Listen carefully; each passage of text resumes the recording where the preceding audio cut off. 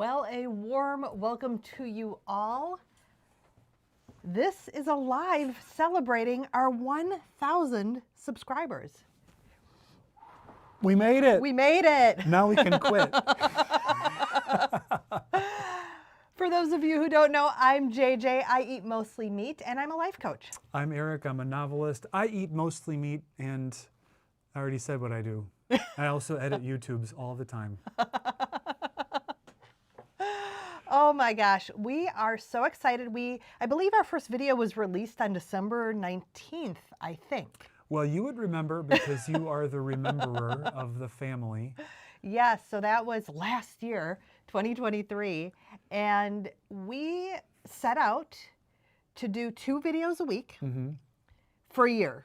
Yep. And just kind of see what happens, but we kind of thought it would take a year to get where we're at right now. And it didn't. And it didn't. It took 6 months. Yeah, a little less then. And that's because of you. This is what you keep saying. I put you on the thumbnails and people click them. If I put me on the thumbnails, people definitely do not click them. You've had your SSRI video Yeah, was that's good. true. That's true. Yeah. That one did work out.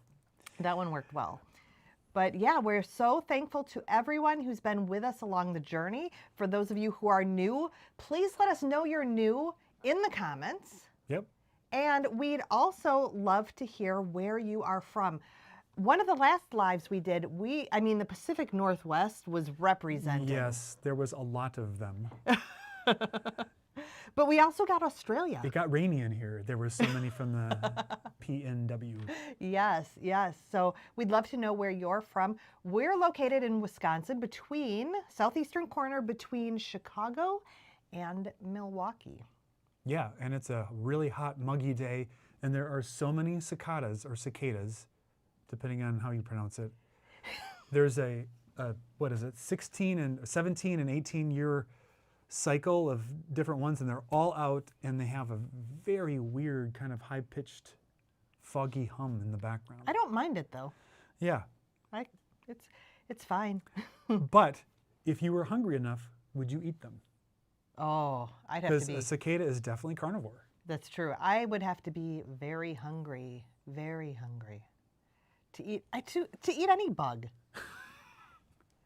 I had some cricket bars some time ago, some years ago, and they were fine because they mixed a bunch of other sugar and things with them, and you couldn't see the legs and mandibles, and so it wasn't that gross. But who needs to eat a bug? I'd rather eat beef.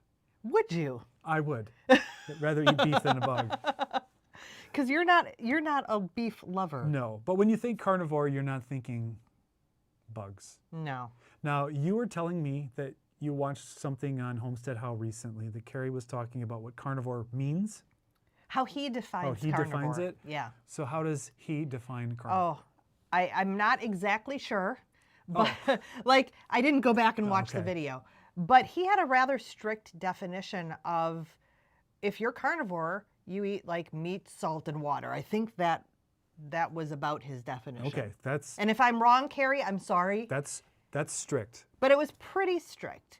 And he maintained that the reason he did that was because he doesn't want people to be confused. Like when you're talking carnivore, we are talking an elimination diet that is a very narrow focused diet for a very narrow focused reason, being mostly healing. Yeah. Healing humanity. And so he kept it very narrow, which I can understand. I get it. It makes sense. Yeah, but when we introduce every video, we say we eat mostly meat. Yeah. So what else? Mostly doesn't mean only. Yeah. So what else are we eating if we're not eating only meat? Well, I'm eating eggs. Oh, I think Carrie might include eggs. Does he count eggs? He might, yeah. Yeah. That's not what I heard you say.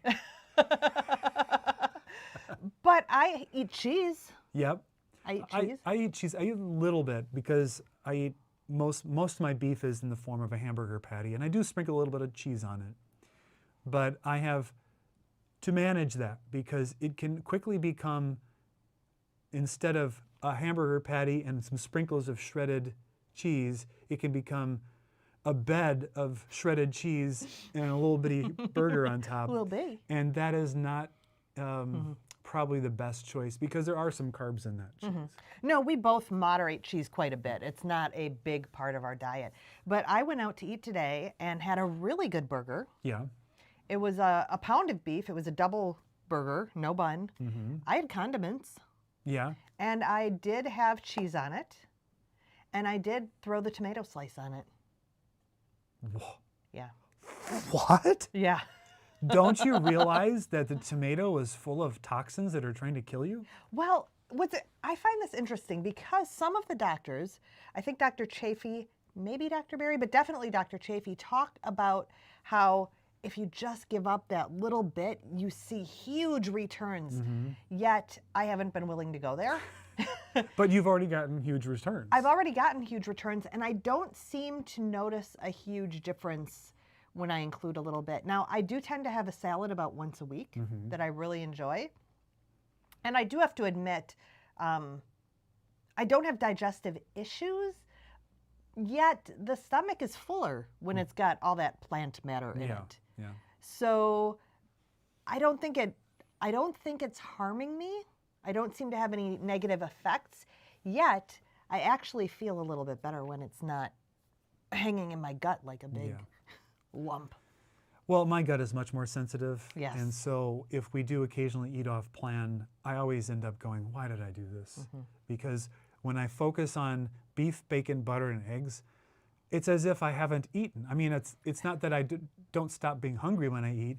It's just like there's no added mass or weight or bloating or anything. And so it's just so easy. Clearly, my digestive system loves this diet. Yeah. So I understand. I mean, you can't argue with Carrie's results. Oh, no. No. And definitely, I could see if I was diagnosed with type 2 diabetes or something like that, I would go much stricter. I would as well. And I think we do have some designations like bacon, triple B and E, beef, butter, bacon, and eggs. That's super. Lion diet's super strict. So I do think there's some designations within carnivore. Yet again, you're right. I'm right. We do see Carrie's point. And you were saying earlier, though, that you think in terms of carnivore, even though you're mostly meat, probably ketovore, we would say. Yeah. Yeah, even though I'm probably technically closer to ketovore, I think that I'm carnivore. I think in terms of being carnivore, because everything that's not carnivore that I eat, I look at that as a, I can't think of the word, but it's not on plan. So if I had a salad, I would be like, that's a cheat salad. That's how I would think of it in those terms. Okay. Not that, oh yeah, I have a salad once a week and that's just part of my diet. I would think that's a cheat salad, which is the craziest thing I have ever said in my life. Oh, I had a cheat day. Oh my gosh. What did you have? I had a salad. Oh my gosh. I know. Oh. And I put balsamic vinegar on it. Oh my gosh. And olive oil. Yeah. That olive oil might have been rancid. Now, let me say, Carrie from Homestead How, he says he's not the carnivore police, though. He doesn't sit there and judge you for your salad or the tomato slice on your burger. He wanted to make that very clear. So I wanted to make that clear with us. We are not carnivore police either. Jen, way to go. 100K. No, let's back that down. 1K. But we'll take your congratulations. You're deserving of way more. Hold on tight. This is just the beginning. Thank you. Uh-oh. She's making me do it. Look at that. We were talking yesterday or this morning. I don't know when. But you were saying, I was talking about my weight. I've lost about 28 pounds since I started carnivore. My weight loss has had nothing to do with your carnivore, but I've lost about 28 pounds, I believe. And I was saying when I was in high school, I did weigh less than this. Some people talk about that high school weight as being maybe a goal, but you pointed out that my body composition is very different than when I was in high school. I stepped out onto the very thin ice. It was not bad. I took it as good. Was it meant as good? Well, we weren't dating when you were in high school, so No. I could be judgy of you back then. But I was not overweight in high school, but I definitely have more muscle definition. You were differently proportioned, but I mean, you were by no means obese in high school. I was not overweight in high school. you I was were- 118 pounds. You were 5'4". petite. Yeah. So, and I did not respond. However, I mean, you didn't have these shoulders until more recently either. You have much more, because you would gain weight in your belly, Yep. but you are pretty slender. Mm-hmm. Your frame is pretty slender and always has been pretty slender. Yeah. And now you do have sort of that, you've gotten that triangle man thing going on. Triangle man thing. Be careful of the things you say because I might just hulk out. But the carnivore diet, I've talked about this on past videos, that I like to work out. I don't like to work out every single day. I've never been a bodybuilder, but I've done weightlifting. I did kettlebell classes for a few years, and I just really liked it. But I would always be limited in my gains because I would get injured or I'd be so incredibly sore that I would eventually sort of overtrain and I'd get so broken down. And then I would kind of quit for a while to try to recover. What I didn't understand was that I needed to eat more than one whey shake after my workout. I was so under eating protein all of those years because, don't get me started, maybe you should get me started because maybe Michelle will watch back on this. And want the outrage. She'll watch the replay of it because she asked for my outrage. Because all of the experts were saying that one serving of meat should be no bigger than the palm of your hand. I could eat that palm of your hand in one bite now. You could. Well, not my hand, your hand. Your hand's too small. Right, my hand's for me. But if you remember that advice that Americans eat too much protein as it is, so you got to limit it, and it should be the driest, most overcooked chicken breast you've ever seen, the size of your hand, and then fill a bowl full of broccoli, no butter, no salt.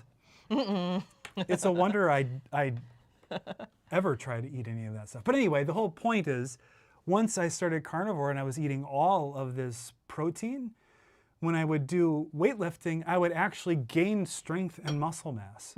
And I am 53, and I am gaining muscle mass. And you're told that by the time you hit your 40s, you're going to start losing muscle mass every year. And it doesn't have to be the case. No, it does not have to be the case. And you're not killing yourself right now. No. My workouts are about a half hour long, and they can be hard, but they're not. I try not to do the killer ones because they actually seem counterproductive these days. I'm sure that when I was in my 20s, if I had eaten carnivore and worked out the way I did in my 20s, who knows what I might be. Well, I've got the Rock's hairdo. You might have gotten that tall too. I doubt it. You don't just start growing again when you're 20. Maybe you weren't done.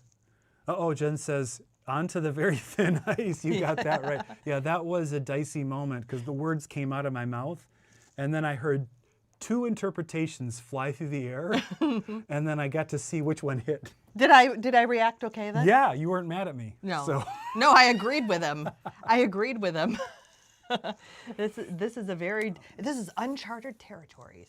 Hey, by the way, Jen, my name is Jen. I don't know if I've mentioned that before. I go by JJ. I was named so I could be called JJ, but my name is Jennifer Joy, and that's what JJ stands for.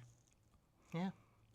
Well, the #1 girl name in 1971 was Jennifer. Yes. The story goes, yes, I'm named after Jennifer Juniper. That's, I believe, I don't know the story. who Jennifer It was a is. song.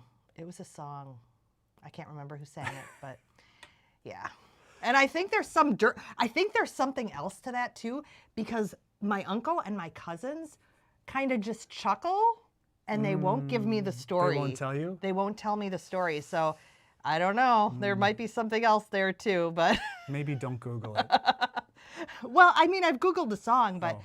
I think there's something else I don't know. An inside joke or something? Yeah, there's something there. My dad passed away years and years ago of a heart attack when he was age 43, so I don't have him to ask.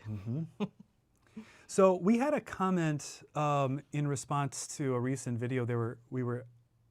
A couple of them actually mentioned just not checking blood labs.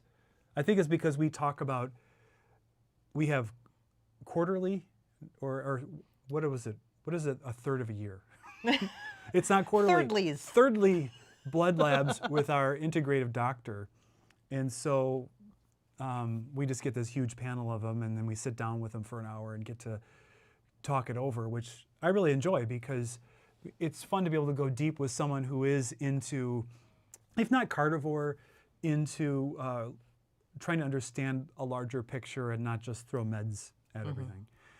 But I'm interested in this idea of just like, don't even do it. If you feel really good, you're following carnivore and you're feeling great, better than you have in a long time, a bunch of these issues are being alleviated, why throw that stress into your life? What do you think about that? You're intrigued, or It is really tough for me because if you can track it, I want to. And this has never served me well. No, there's a usually famous it doesn't. saying in manufacturing, what gets measured gets managed.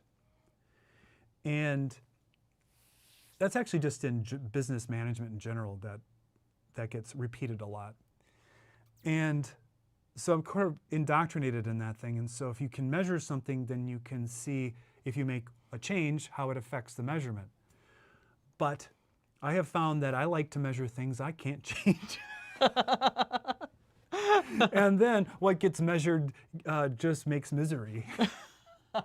And one of them is just genetic predispositions for certain blood markers that are less than optimal. For instance, one that's being talked about a lot more is a lipid test called Lp(a), which can be moved with meds a little bit, but is generally just a genetic thing. And if you have high Lp(a), you are at greater risk for cardiovascular disease. And that is independent of all your other blood markers. So forget about LDL, ApoB, triglycerides, and HDL. Just this one is an independent risk factor, and it's recommended that you get it tested at least once, because while it may have some variation, if it's really high, it's just going to always be really high. That's just how you want to know that, because the thinking is you might want to be more aggressive at managing your other risk factors. Well, my Lp(a) is high. So, of course, I like to have that tested every single time so I can see that it remains high and there's nothing that can be done. Yeah. But there's really not many interventions to be done about it. So it shouldn't be on the list of the things I test over and over and over again. I like to think that I'm kind of like this viewer, and I'm like, oh my gosh, I feel great. I feel great. So, I want to live this vital life, even if it's cut short.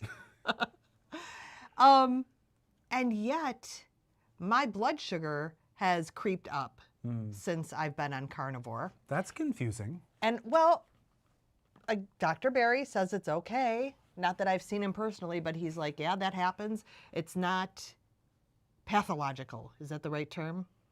It's physiological, not pathological. Okay. I think that's what he says. And that you're really looking for the spikes. You want, even if you're a little more elevated than you used to be, if it's fairly even, you're good to go. And yet, that is in the back of my head all the time. Why in the heck are my blood sugars higher? And I've been learning some theories around that I am not able to share yet. I can't verbalize them. I'm just diving into them. So even though I'm saying, oh, it doesn't matter, my brain wants to solve this problem. Oh, I get that totally. So. And you have tried different things, haven't you? A little bit, yeah, yeah. The first thing I did was I started to go hypothyroid, so that's been my focus more recently is Okay. the hypothyroid. So that was secondary. I haven't done a lot of experimenting specifically aimed at that. I'm moving in that direction right now. Yeah, hypothyroid taken care of. I just cut back my thyroid medication, and hey, Well, that's great. yeah. I was, of course, tracking LDL, HDL, triglycerides, the usual type of blood labs. And one of the things I wanted from carnivore was to see my triglycerides go down and my HDL go up. My HDL has increased a little bit. It's very stubborn. It doesn't like to be really in the 40s or higher. It resents my diet. It is reluctant to want to be elevated. It is a slacker. I have sort of slacker HDL. Gen X kind of skater HDL particles. And my triglycerides just are workaholics. They want more of themselves and they do not want to respond to the diet at all. So it has been a little bit of an adventure to try to watch that process work out under the assumption that it can take time for the body to heal and to make the adaptations. So having some patience around that has been one of the lessons life is teaching me. Yep, yep. But do you consider stopping carnivore because of your... No, I don't consider stopping carnivore because of all the other benefits. Yeah. There's no way I'm going to trade. Well, what benefit would I really get back? I don't think that any doctor would look at my non-carnivore blood panel and go, "Oh, that's great." They would say, "Oh, that's terrible." And now they look at it and they're like, "Yeah, that's terrible." But there's only so much you can worry about. And that's not medical advice. No. That's just me having to deal with reality and accept it for what it is and be patient and see what happens. Yeah. But the other thing that I tracked for so long that I cannot change is sleep. I had the Aura Ring. This is not it. I had the Aura Ring I'd wear at night to try to see what changes I could make through supplementation or getting early sunlight or walking barefoot in the grass and how it would affect my sleep. And I never figured it out. I don't sleep well, and I kind of am getting to where I accept it. Yeah, I would say you're getting where you accept it. And maybe that's why I've gotten slightly better sleep recently. Although last night was abysmal. But I'm in a good mood. Yeah. I don't feel like I'm... Well, and that's part of the issue, and it goes back to this blood labs thing. You would put on the mantle of I got a bad sleep. Yes. Yeah. And it would affect the whole day, your mood, your energy.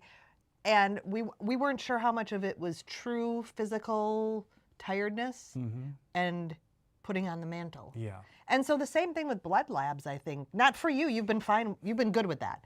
But I could see where if you see yourself as having those bad blood labs and that you're going to die and you're sickly and you put on that mantle, it could be bad. Yeah, because then you're walking around carrying your blood labs over your shoulder as a weight because now you're thinking about how you're unwell. Yeah. And it may be transitory. That's one of the things about triglycerides and even in LDL. I know a lot of carnivores don't care about LDL, but they're noisy tests. You could have it tested 3 days in a row and get significantly different results. And so, I don't know. So I'm no expert. I'm curious in the comments, whether you're watching this live or replay, do you track or do you not? Do you skip it? And if you track and you get bad numbers, are you able to roll with it or does it cause you anxiety? Because I've gotten way better. When the very first buy your own blood labs thing we did was through a site called Wellness Effects back in 2013. Yeah, yeah. Because I heard about it on the internet. And so I'm like, oh, I'm doing that. I'm getting every blood lab because I'm going to crack down and make myself invincible. And red, all the results were red, at least for cholesterol and stuff. And I had chills go through my body when I looked at the results. And I was like, I would have been, 43 at the time? Mm-hmm. And I felt like I was on the verge of instant heart attack and death after seeing those results. And that wasn't the case. It was not the case. Here he is 10 years later, 11 years later. Yeah. Okay, another thing that popped up in the comments was about family members joining in on carnivore. Mm-hmm. Some people have had some success with getting partners, spouses, and a few kids, I think, getting started on it. And that's astonishing to me. But I could see if you're doing it solo in your house, that it would be way harder. Oh, yeah. Like if I wasn't doing carnivore. Well, you weren't for the first some months, like 7 months or so. Yeah. You weren't doing it. So the challenge, I do the grocery shop, most of the grocery shopping and most of the cooking for family meals. Mm-hmm. So that wasn't too bad. Yet, if you're like, let's go get ice cream, that's when it gets tough. Let's have s'mores out at the fire pit. That was when it was tough. To be fair, you didn't tell me you were doing it. That is true. You were not sabotaging me Yeah. at all. No, that is very, very true. I kept it a secret. And I did have the ice cream sometimes. And I did have the s'mores sometimes. But I could see where that would be really tricky. If you've gotten family members to start, how did you do that? Did they see your results and say, I'm joining you? Or did you say, you need to make a change, I'm not giving you a choice, this is the only food you're going to get? That is what happened with us, was that you brought up the need for more protein. You'd seen something about more protein. I sort of silently rolled my eyes and looked the other way, but okay. And this is because we have a long history of juice fasts and juicing and smoothies, and like we've done a lot. And so this was the next thing. And then things started showing up on my feed, Dr. Berry especially, and then you decided you were going to go carnivore, and you did for half a second. Yeah. And then I jumped on board. In his journal, he has the dates. I jumped on board his last day of carnivore, and then he bailed. I stayed on but didn't tell him. Yeah. And then it was many months later that you were like, hey, what are you doing? You look good. What's going on? And Yep. So if you've had any luck getting family members started or down the path, let us know. And just a suggestion, if you have a carnivore curious family member, can you think of a YouTube channel they might like? I don't know. I can. It just passed 1,000 subscribers Woo! today. We woke up to it. We woke up to it. It was great. And it was awesome. And actually, it's above that now. I don't know where it's at. I think 1,006 or 7. Yeah, so I think we're in the buffer that when some of those start to disappear, because they always do, I think we're still above 1,000. Now our daughter comes home tomorrow from college. Yes. And she is a carbivore. And I don't know that she would ever get on the carnivore trail. I can't imagine a scenario short of the world ends and the only food available is meat. Yeah. But never say never. But, well, I was going to say, that said, when she was home for spring break, I had fewer of her foods in the house. I'm slowly buying less and less and less. And she was eating my string cheese, I noticed was gone, which is great. And just other things were Kind bars, which not great, but better than Ritz crackers. So she was definitely moving into a different space, I think. Yeah.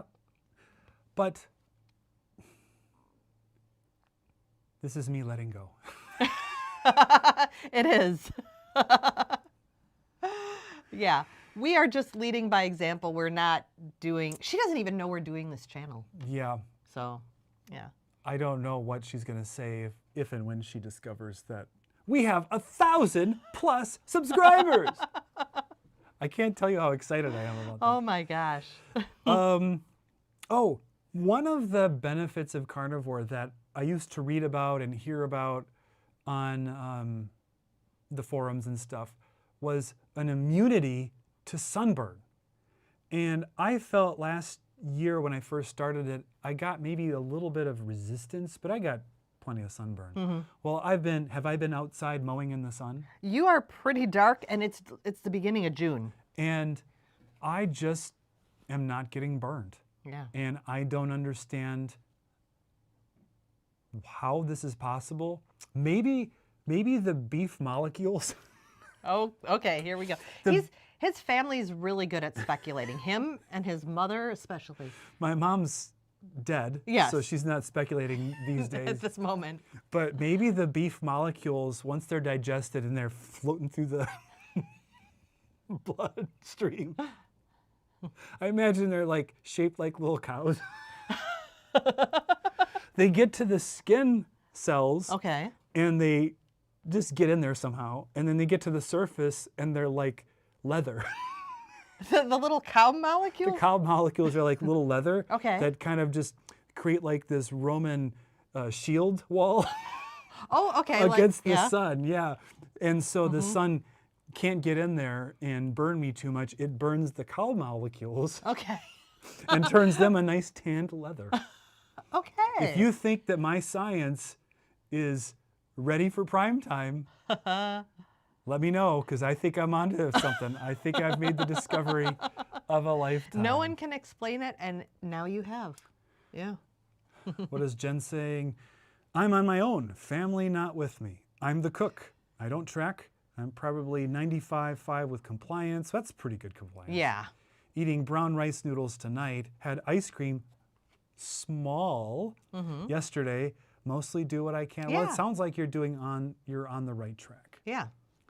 The risk for me is that an ice cream small would become an ice cream small, and then an ice cream small, and it would happen with greater and greater frequency. Well, for Memorial Day, I made ice cream. I combined Kiltz's recipe with Maria Emmerich and created that chocolate ice yeah. cream. Delicious, extremely rich, but it was a finite amount. It was not a lot. Definitely not carnivore. No, it was not was- carnivore. It was keto. Keto. Yeah, it was keto, sweetened with allulose, and it was delicious. But it was a rare thing, and it was small, Yeah. which So was good. it's probably 4th of July would be a good time Yeah. to have that again, to give me some distance between it. Yeah, yeah. It's the repetition of things off plan that is the big risk. Yeah. But, well, Jen, it sounds like you're doing fantastic when you're the cook and your family is not on board.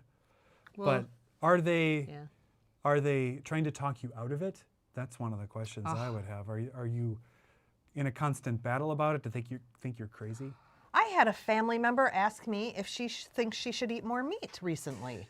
Yes, you told me about that. Yeah. So that was kind of exciting. I don't know what is going to happen with that, but clearly looking at me and going, Yep. She's seeing your results and she's going, I want some of that results. yeah. And it's the opposite of what I'm currently doing. So, I said go for it, but yep. well, yeah. I'm remaining detached. Well, that's great. I wish I could do that as readily as you're doing it right now with that same person. Yeah, yeah. Yeah, so this is more of a question for those of you who are carnivore who are watching, is if carnivore is giving you more energy than you had in the past, how are you using that energy? Are you doing things you didn't used to do before? Or is it just making life a little bit easier because you've got the energy to do the things that you always did? I think you do way more than you used to do. I think I do. I'm always someone who likes to have separate projects going on. So I've got coaching and some projects with that, and then I've got theater and some projects with that, and then throw in a few more. And I actually have the energy to do them all right now. And when the deadlines are approaching, and inevitably they all seem to be happening at the same time, I buffer it much better. I think my stress levels are much lower. And yeah, I do think I have more energy. Oh, and then I have the energy to go ride the bike. And, I have energy to do outside things from my projects as well, like split wood. Split wood, yeah. She operated the wood splitter. She did not operate the axe wood splitter. No. Brian Mullen says, more house and boat projects, more walks Yes. too. We walk a lot. Yeah. But I would say that my energy, especially this time of year when I'm doing lots of outside projects, compared to 10 years ago, what I can actually do is just totally different. Because I remember a storm blew a tree in this front yard and I had to clear the brush, and I was not sure that I was going to live. Yeah. True Now, story. it's on a hill, so I had to drag stuff uphill and throw it into the woods to get it out of sight. But I mean, how many brush piles do we clear and trees do we cut down? Well, now we have a storm. Yep. We've got a large piece of property. We aren't living there yet. And we'll be like, oh, there are 5 trees down.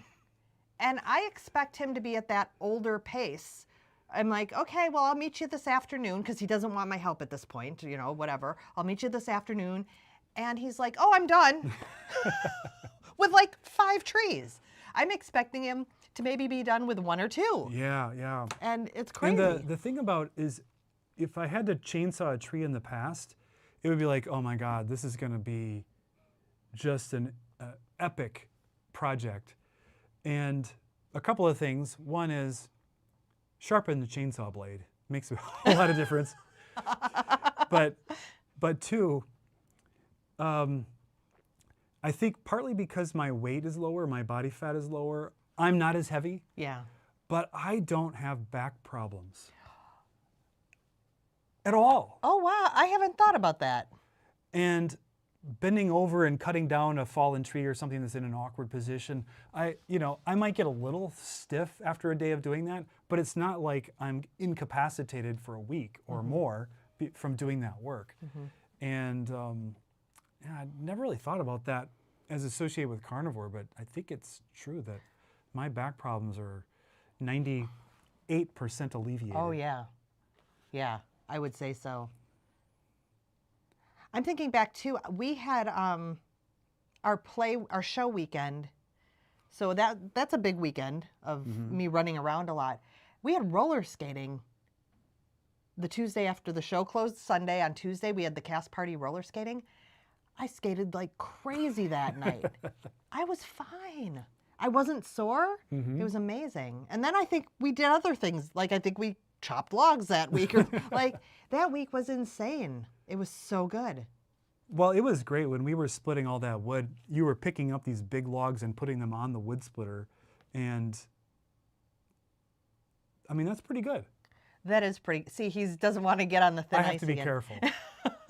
I got a really, in college, I got a really bad flu that was going around at that time in the early 90s. I thought I was going to die, but it took me 8 months to recover. And I remember I couldn't open the doors on campus. Like I was pretty weak. So anyway, upper body strength has never been my strong suit.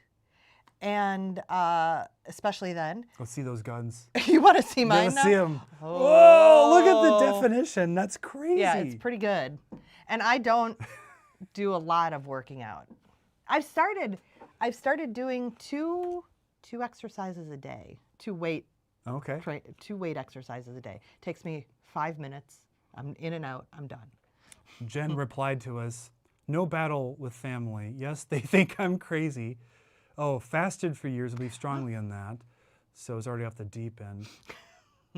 Little off plans can easily become too comfortable. must be vigilant and much stronger fasted than fed. Interesting. Do you see that? I haven't noticed, and I haven't tested it either. Being stronger when you're fasted? Yeah. I mean, I do my normal activities. You get into that Zen happiness Yeah. when you're fasted. Tra-la-la. It's so good. I like it when she doesn't eat. Because you don't do hangry anymore. No, I had hangry. I had hangry a long time. My brother still is worried about it. He's always like, "Are you okay? Do you need? Oh yeah, you need food. Let's get you food. Yeah. Are you okay?" And actually, I got a lot better when I gave up wheat, which has been 13 years. But now, I mean, it's not even. It's never there. I remember when we were first dating. Yeah. Your mood would shift. I'd be like, "What's going on?" You'd be like, "I need to eat." And for me, that was a very strange. I couldn't make the connection between needing to eat and mood, because at that phase of my life, I hadn't encountered that yet. That would come. But I thought it was always very weird that you could be so hungry that you were feeling even sick at times. Yeah. But that was just because you ate carbs and I lived on almost nothing else. Yeah. Yeah. Good grief. That's the end of our list, which isn't very fancy, of what we wanted to talk about on our celebratory live. 1,000 subs. Of those who are watching, if you're subbed, thank you so much for helping us get to that milestone. If you're not subbed, what are you waiting for? It's so easy. Just come on and join us. Yeah. We publish a video every Sunday morning and Wednesday morning. We got a blockbuster of a video coming out tomorrow. So last Sunday, which would have been just a couple days ago, we had one about what are you waiting for, addressing people who are kind of on the fence about carnivore and kind of asking like some questions to get them off of that. We had an amazing comment. Someone said, unfortunately, I don't have a why. It was the reason behind why they should go carnivore. And so the video that's coming out tomorrow morning is about finding your why. And if you're already on carnivore, it will just reaffirm your decision. I'm confident. Yeah. And you will get to see me Hulk out. Again? There's few things I like more to do than Hulk out on camera. But I think it's probably time for us to sign off. Yeah, it's about dinner think time. about dinner, yeah. We got to eat some meat. We have fillets for our celebration, but we had fillets like 2 nights ago, so it's not rare. Well, and it's not rare. It's medium rare. The fillets aren't rare either, yeah. All right, so signing off, I'm Eric. I'm JJ. And we will see you soon. Bye-bye. Bye-bye.